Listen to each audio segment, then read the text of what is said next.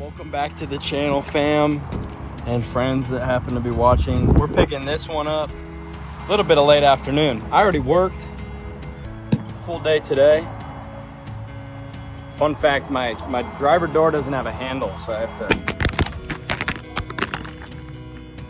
Oh, all right, we are headed to Waikiki, home of the rookie beginner surfers. Little town swell. I've been learning how to read the buoys. I don't know if anybody that watches this surfs, but we've got 3 feet at 16 seconds right now coming in, and then another secondary swell at like 14 seconds. So that results in some pretty big waves. Sorry I didn't bring you along this morning. All I've really done so far was go to work this morning. We went out to a boatyard over by Sand Island by the airport here in Honolulu and tore down and stripped down a boat that is going to the junkyard tomorrow to check all the good parts and everything off of it. Dropped them off at my boss's house. The boss man bought us lunch, and now I get to see Ricky Bobby. I haven't seen the guy in 2 weeks, and we live about a mile from each other, so that goes to show. But regardless, I am pumped for a little surfing. Catch you beauties down there.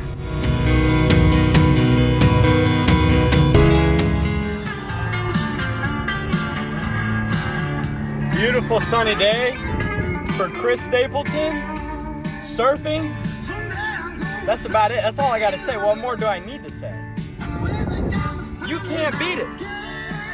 I can tap on top of G10 parking lot. Said, girl, where you sitting?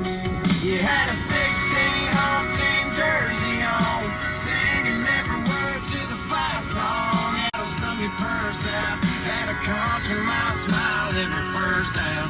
Last thing on my mind was a football, watching you, girl, like it's gonna be a good fall. You'd have thought that post-game kiss would have made me wanna make you mine, but you had me by halftime. Here we are. Job perk is major. I park for free here. I have a little scanner. Rola's got her spot over there. See the sea? Let's get some surf on, baby. All right, back in for my surf session. Super weird. I was out there and there was this girl out there that kept paddling up next to me, or very close, like pretty much too close to me for either of us to take a wave. And she kept smiling at me, and then we like made a couple of jokes. And then I asked her what her name was, and she like paddled away. Well, she told me what her name was. And then she just got like really quiet and just paddled away.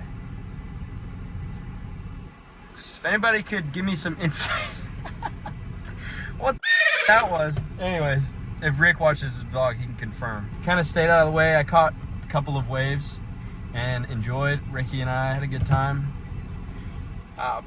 That's gonna be my workout for the day. Just a couple of hours out there surfing. It's 6:21 now. I was probably out there for 2.5 hours. So I'll count that a good workout. My shoulders burn and then my lats from paddling.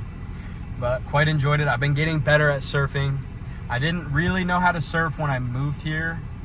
I had surfed a bunch, but I never really get any waves because I was just learning. And then once I like moved here, I got more reps and we've actually been picking it up. I've learned to quite enjoy it. So that's that. Let's see what else the day has in store for us. It's only 6:21 p.m. That's way earlier than I usually end my days, and I'm not going to go to the gym. I might go and hit a little sauna, but we'll see. Might just be a day to rest. All right, you guys. On the menu for dinner is pretty much just leftovers. I've got my attempt at Spanish rice. I'll show you here in a second. I'm making up some tortillas so I can have some tacos, and then I'm also going to have those for dessert. Just corn tortillas fried up and then with honey. It'll be pretty good. Let me show you what we got going on. This is my attempt at Spanish rice. It is just white rice with a can of tomatoes. I've never made Spanish rice, so I can't tell you how far off that is, but I might be on because it tastes pretty good and I think pretty similar. Over here, we are just heating up the ground beef that I was supposed to eat for lunch today, but I didn't because my boss ended up buying us lunch. Got some tortillas going. We're gonna shred up some cheddar cheese.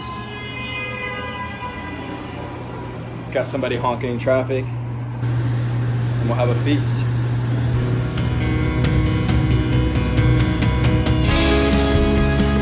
A nice bowl of cheddar cheese. I'm gonna finish up these tortillas and serve them up.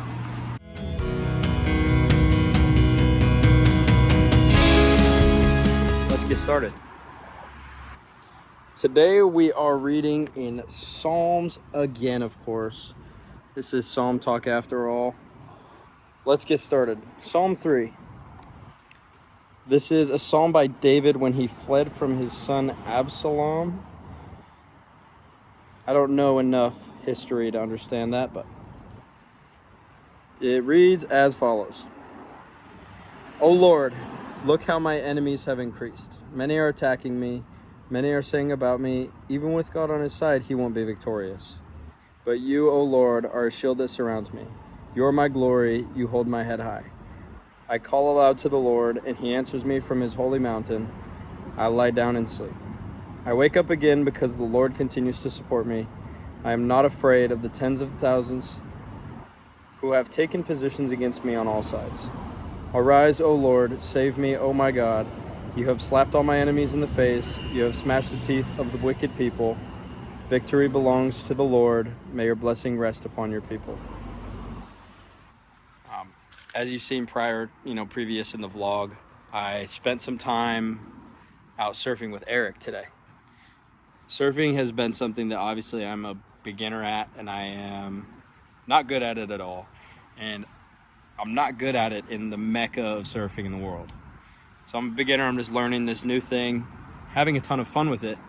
But something that was on my mind, and something really that's on my mind a lot of the time, is just being really bad at something at the very start. You can't possibly start out at anything cool or worthwhile already being great at it, or it wouldn't be special. There's nothing special about wiping your ass and mowing the lawn because there's nothing difficult about it. Those are kind of some wild random examples. But the point is that if you want to do anything worthwhile, you have to suck really bad at first. Often embarrassingly bad. Like purling your surfboard in front of a bunch of people when you get in a wave. Like nose diving or just biffing it or almost running into somebody. You have to be embarrassingly bad before you can be excellent at anything. We often only see the success story at the end. A lot of people will share like the 10 years that got to that point, but think 10 years ago. Where were you at 10 years ago? When I was 10 years ago, I was 11 years old. I'm not quite sure where I was when I was 11. That'd have been the year 2014. Who knows what I was doing? Playing with rocks still. The point of what I'm saying is, to be good at anything, you have to suck really bad at first, and you kind of just have to suck it up. The first brick of the Empire building was just a brick. The first time you went to the gym is just one trip to the gym. It probably sucked. I think we could do a better job of giving ourselves grace for sucking at stuff in the beginning. Speaking to like young people like myself, being like 21 years old, you haven't seen everything that, 40 or 50 or 60 and older person has seen. To even just have the common sense and foundation for a lot of decisions. I make stupid mistakes all the time, and oftentimes they're embarrassing, and I look back and I'm like, wow, that was stupid. Even just in conversation, things I say to people, the way I say them. It's okay to give yourself some grace. Just knowing that at this age, you're a beginner at life. You're like at the equivalent of just learning how to surf or insert any activity that you enjoy.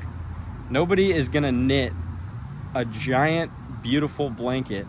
First time they knit, they're probably gonna make a really crappy coaster. Who even wants a wool coaster? Nobody. The way that I would relate that to Psalm 3, here, let me crack it back open.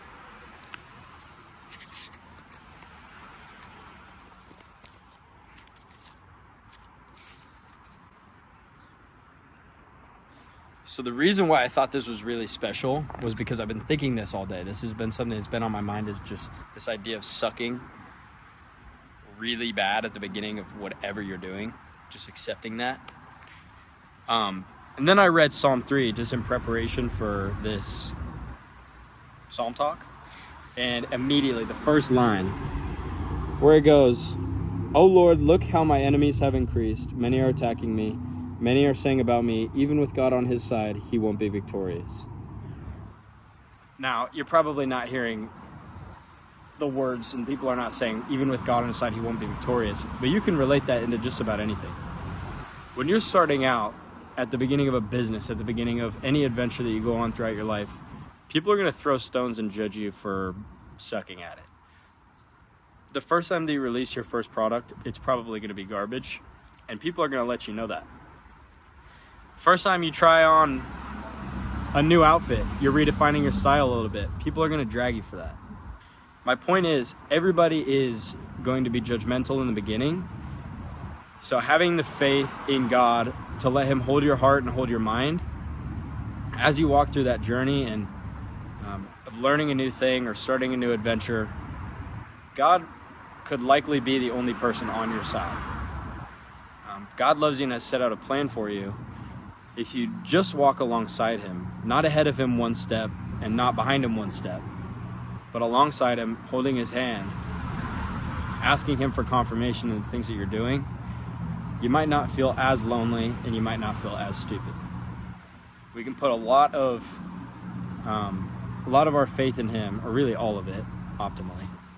If we put our faith in him, then we know that we can't go wrong. Something that has been huge for me when I'm nervous, I'm just going to share this.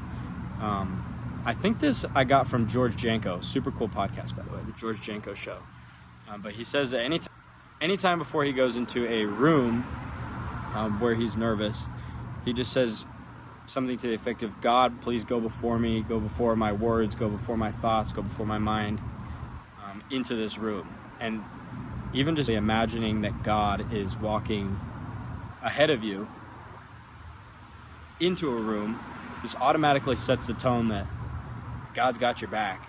And whatever happens there is either a huge win or a learning lesson, and you can't go wrong.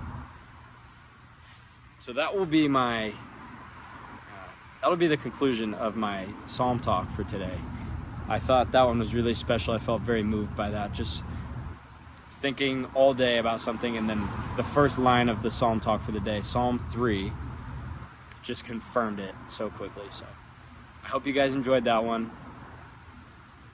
And I appreciate the watch and the listen. I hope that provided some value to you. So thank you so much. I'll catch you guys tomorrow.